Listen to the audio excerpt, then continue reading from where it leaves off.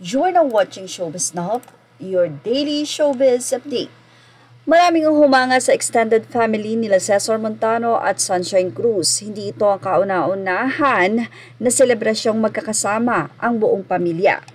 At ngayon nga sa kaarawan ni Angeline ay tuwang-tuwa nga ang mga netizen, especially the fans of Sunshine Cruz, na nagpatawad nga daw ito at ngayon ay happy ang kanilang pamilya.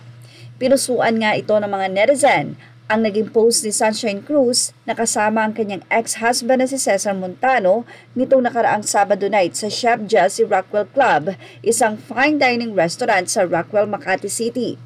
At syempre, ikinatuwa ng netizen na kasama rin nila ang mga anak na sina Angelina, Sam at Angel Francesca.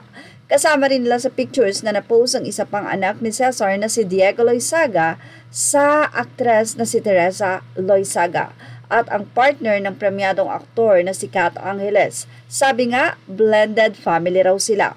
Nagsama-sama sila para sa selebrasyon ng 21st birthday ng anak na panganay ni Sunshine at Cesar na si Angelina. Doon ay pinasilip din ni Sunshine sa kanyang social media accounts ang naging event o ang naganap doon sa nasabing birthday celebration. Nang makakachat nga sila Sunshine at ang nasabing artikulo ng Abante via Viber app ay binanggit daw sa kanya na ikinatuwa ng netizen fans ang eksenang yon. Nakaka-feel good nga kasi. Yan, nakaka-happy. Sabi ni June that we inspire people. Say pa ni Sunshine kay June. Samantala, ang wish naman ni Sunshine para sa kanyang panganay na anak ay whatever ang pangarap niya ay makuha niya. She's a smart young lady, June. Confident ako na makukuha niya ang mga gusto niya sa buhay. Napakabuting ate at anak. It's her last year sa college and whatever ang gusto niya, support ang family sa kanya.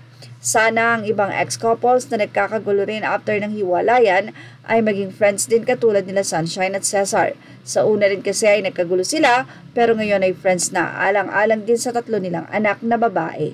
So, nice. Well, ano nga ba kasi ang mapapala kung magkagulo? Narito naman ang naging say ng mga netizen.